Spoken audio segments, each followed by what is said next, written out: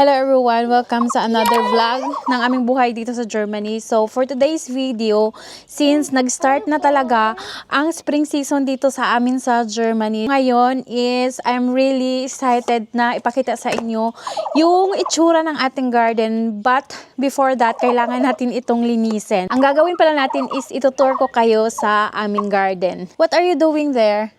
Yan si Ethan, busy. Yung pang-spray ko sa garden, ginawa na niyang laruan. Basa so lang, ginaw. Ginawa na niyang laruan yung pang-spray ko. So ito na yung ating lawn mower. Ito yung gagamitin ko. Ito yung mas malaki para mas mabilis tayong matapos. Mas mabilis na marami tayong i-lawn mower.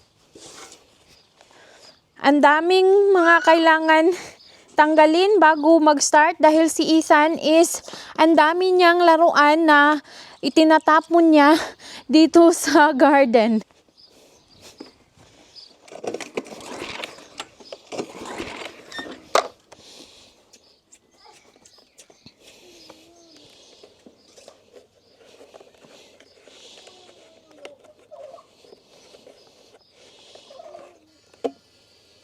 Meron pa palang gasolina. Akala ko walang gasolina. Si asawa kasi ang naglalagay ng gasolina dito. Kailangan ito ng... Oh, wow! Gasolina para magamit natin.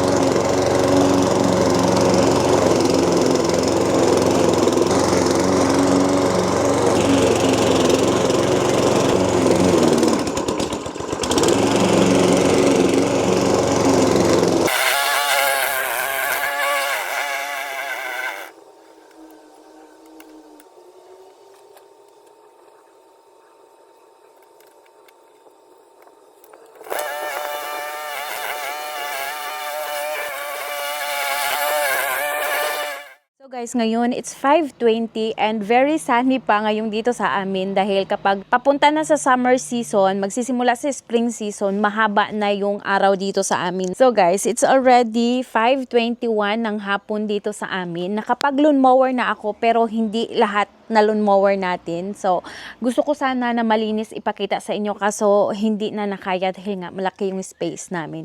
So, ngayon, ipapakita ko sa inyo yung ating garden. We will have a spring tour sa ating garden. So, magto 2 years na kami simula nung nabili namin itong bahay. Lumipat kami dito, that was June 2024. Spent already 3 summer dito but magto 2 years na kami. So, kung naintindihan nyo. Dito tayo magsisimula.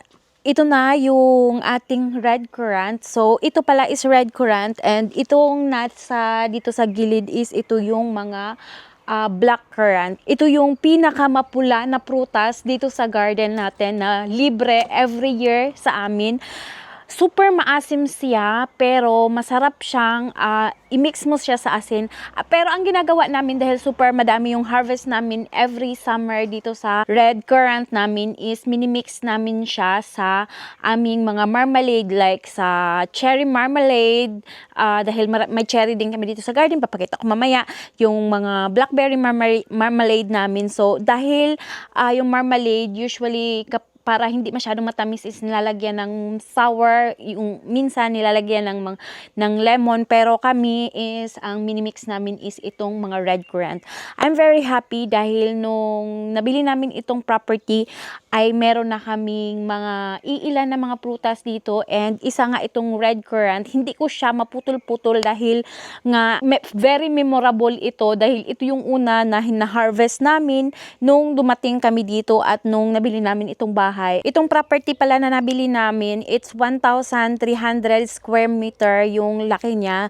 Pero kasali na yung bahay. Yung bahay namin is medyo maliit lang siya. Normally, sa mga bahay dito sa Germany, parang 96 square meter lang yung bahay namin. The rest is garage at saka merong maliliit na bahay and then itong malaking garden.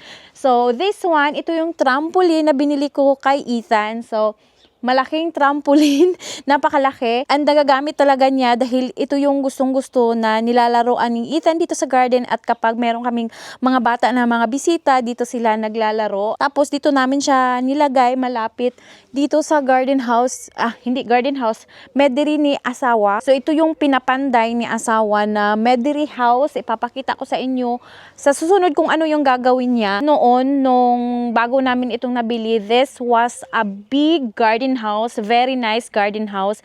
Kaso nasira na siya and hindi na siya na atiman nung dating may-ari. So asawa transform it into a small house para sa kanyang Mediri.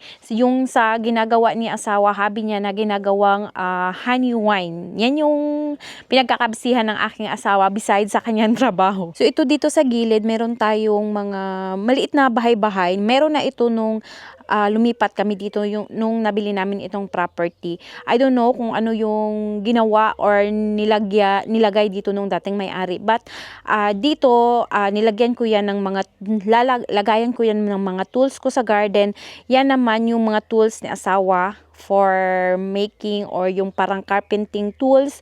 Tapos ito yung para sa aming mga bike. Yun is nilalagyan namin ng mga basura na unti-unti na din namin tinatapon. Tapos dito tayo sa may likuran na ito, yung kabilang part, yan na yung aming kapitbahay na meron silang bakahan tapos may malaking farm dito. Sa likod, may malaking farm dyan ng aming kapitbahay. Tapos, naglalagayan sila ng maraming poop ng mga baka, ng kanilang mga hayop for fertilizer. Dito sa Germany, usually yung mga farmer dito is, ang ginagamit na fertilizer ng kanilang mga malalaking field ay very organic dahil ang ginagamit nila is yung mga dumi ng hayop. Hindi sila gumagamit ng mga chemical fertilizer. So ngayon, dahil ang mga farmer namin dito is nag-iuumpisa na naglinis at fertilize ng kanilang farm. So ngayon, spring season, yung mga farmer dito sa amin is nagsisimula na sa kanilang farm. Amoy na amoy dito sa buong village yung poop ng hayop. Noong una, nagrereklamo ako pero ngayon nasanay na ako dahil minsan, yun din yung ginagawa kong fertilizer sa aking garden. So, ito pala is, ito na yung nasa gilid ng aming property. And this one is coral na siya para sa aming kapitbahay. So, ito yung compost pit namin. Ito, ginawa namin in the first year. And this year ko lang ginawa, parang last March ko ito ginawa dahil I need a second one. Kailangan kasi ng second one dahil ito yung like this year na mga pwedeng gawin nating compost dito inilalagay, and ito siya yung last year na ginawa nating compost na magagamit na ngayong taon kung saan natin gamit like sa garden natin. So kailangan meron talagang isa para palitan sila every year. So ito naman sa gilid, compost din siya pero ito siya yung kitchen waste namin na compost.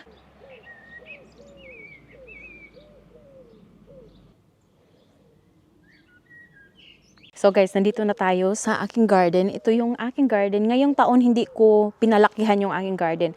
It's the same like the last year, pero syempre, iba pa din yung itsura niya sa itatanim natin this year. So guys, yan yung ating apple tree. And ito siya, nagsisimula na siyang namumulaklak.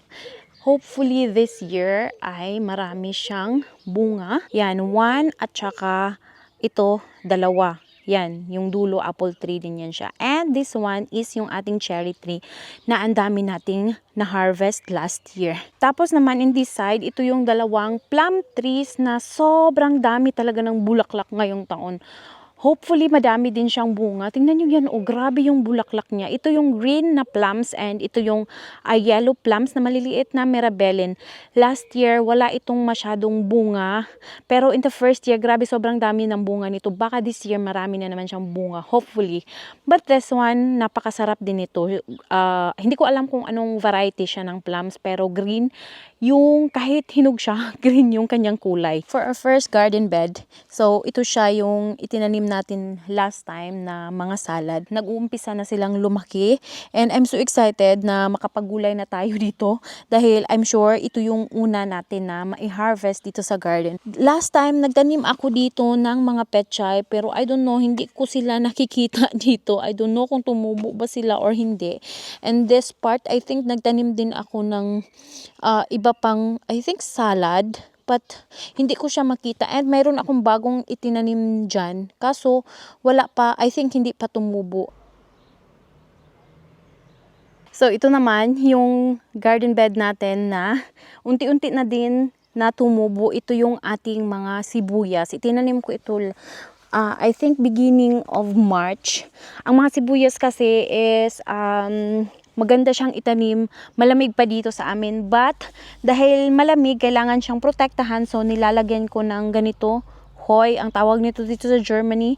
Nakalimutan ko kung anong pangalan nito sa Tagalog. Yan yung talagang ginagawa ko dahil last year nakapagtanim na din ako ng mga onion, and onion is one of the paboritong tinatanim dito sa garden dahil hindi sila masyadong alagain and ang dami nilang harvest and masarap yung harvest nila. I can really tell na yung mga nabibili sa mga grocery at supermarkets, ibang-iba yung lasa ng homegrown food. Kahit ganitong mga onion at saka yung mga garlic, mas masarap, walang chemical dahil alam natin na dito talaga galing sa ating garden. So, ito yung extension ng ating garden. Ayan siya. Ito na part na ito, kailangan pa natin itong lagyan ng compost soil. Alam nyo ba, doon sa dulo, nag-open ako ng bago. Nilinis ko siya ng bago dahil sabi ni asawa, maybe we will plant more this year but not so much. Yung part na yan, na nilagyan natin ng hoy, ay tinaniman natin ito ng mga onion. Tingnan nyo yan. Meron ng mga tumubo. Ito yung medyo late na onion, kaya maliliit pa yung kanyang mga tubo. Hopefully naman tutubo na yung iba. But anyways, ayan paunti-unti. Meron na. Ito naman dito, meron na tayong naitanim. Doon is mga root cool, vice cool at saka spitz cool, yan siya. Hindi maganda yung itsura niya dahil siguro sa sobrang lamig dito sa amin pa. So, ayan. Sana mag-survive naman yan. Meron akong bago na itinanim. Yan yung mga white cabbage. Ito yung mga patulis na mga cabbage. Kaso, hindi maganda yung itsura. Tapos dito, meron na tayong naitanim dito. Carrots, radish, tapos carrots. So guys, itong part na ito, dito natin itatanim yung ating mga talong, mga okra, broccoli. Dahil yung ating garden bed is puno na. At saka ating mga kangkong. Kailangan pa pala natin ng kangkong. Yung ating mga ampalaya. Ampalaya is in the other side. Tapos yung upo naman doon sa harap. Dahil nga doon sa harap, meron na tayong parang trellis ng ating upo. Pero, ang sinabi ko kanina na binungkal ko na bago is ito siya. Hanggang dito lang kasi yung last. I think hanggang dito lang yung last na garden natin. So, meron akong parang isang dipa or more than na dinagdag. Kailangan ko pa itong bungkalin more dahil nga super fresh pa ng lupa, and yung lupa dito makikita mo talaga na napakaganda. Ayan. So, yan yung ginawa ko in the last few days dito sa garden. Kaso nga lang, last week is maulan dito sa amin, kaya hindi ko din natapos siya. Pero marami pa naman tayong time na tapusin. Naalala ko, meron din pala akong itinanim last year na mga honeyberries. So, ito siya. Nakikita ko meron na siyang mga bulaklak. Meron kaming itinanim na blueberry last year, kaso hindi siya. Mahirap kasi alagaan yung blueberry at itanim. So, hindi siya nag-survive yung blueberry. Gusto ko talaga magtanim ng blueberry dahil gustong-gusto yan ng aking anak. Kaso, hindi siya nag-survive. But, meron kaming honeyberry. Ito siya, para siyang blueberry, pero dahil blue siya, pero medyo mahahaba siya. Sobrang ganda talaga ng itsura ng mga plums. And, na-realize ko, mabango pala siya. Yung mga bulaklak niya, mabango pala. hopefully marami tayong harvest this year. And I don't know kung ilang taon na itong mga plants na ito, pero malalaki na kasi yung mga puno. Kaso hindi naman lumalaki na humaba talaga siya. Parang minintain din ito nung dating may-ari. Kaya hindi din mahaba na masyado yung kanyang puno. So ayan, we will see soon kung makakapag-harvest tayo dyan. Tapos guys, in this part naman, meron tayong mga maliliit na mga fruit-bearing trees ito, do maliliit pa sila. Ito siya is apple. Ito is, kami na talaga ang nagtanim nito. Itinanim namin last year. Ito siya is apple. I know last year, namulaklak na ito at nagkaroon na ng bunga.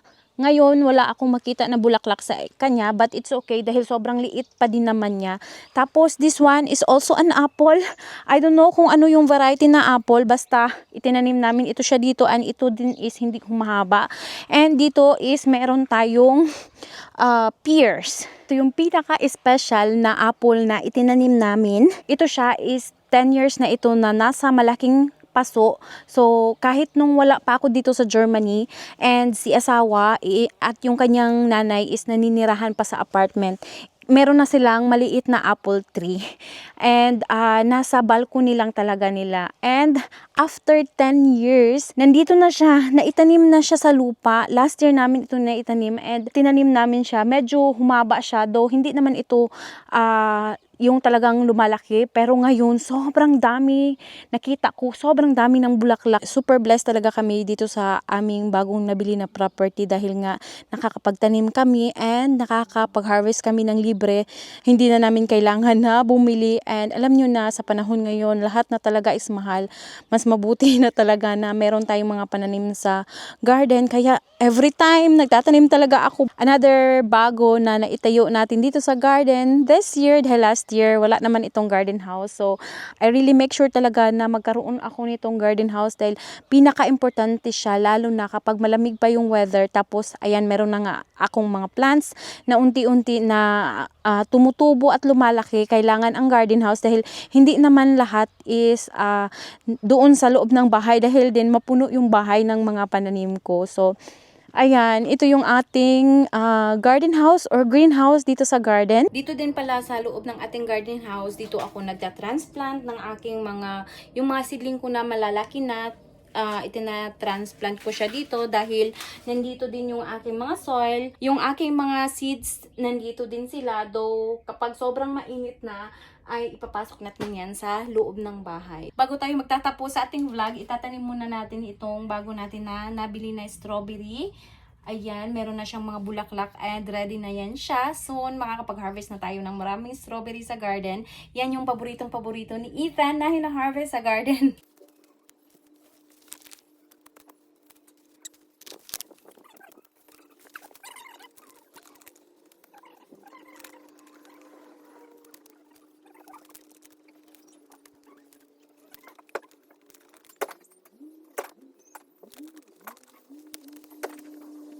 Tanim na natin yung ating strawberry and nilagyan ko din ng bagong soil, or dinagdagan ko ng soil yung lupa. Anyways, yan lang muna for today's video mula dito sa aming garden dito sa probinsya sa Germany.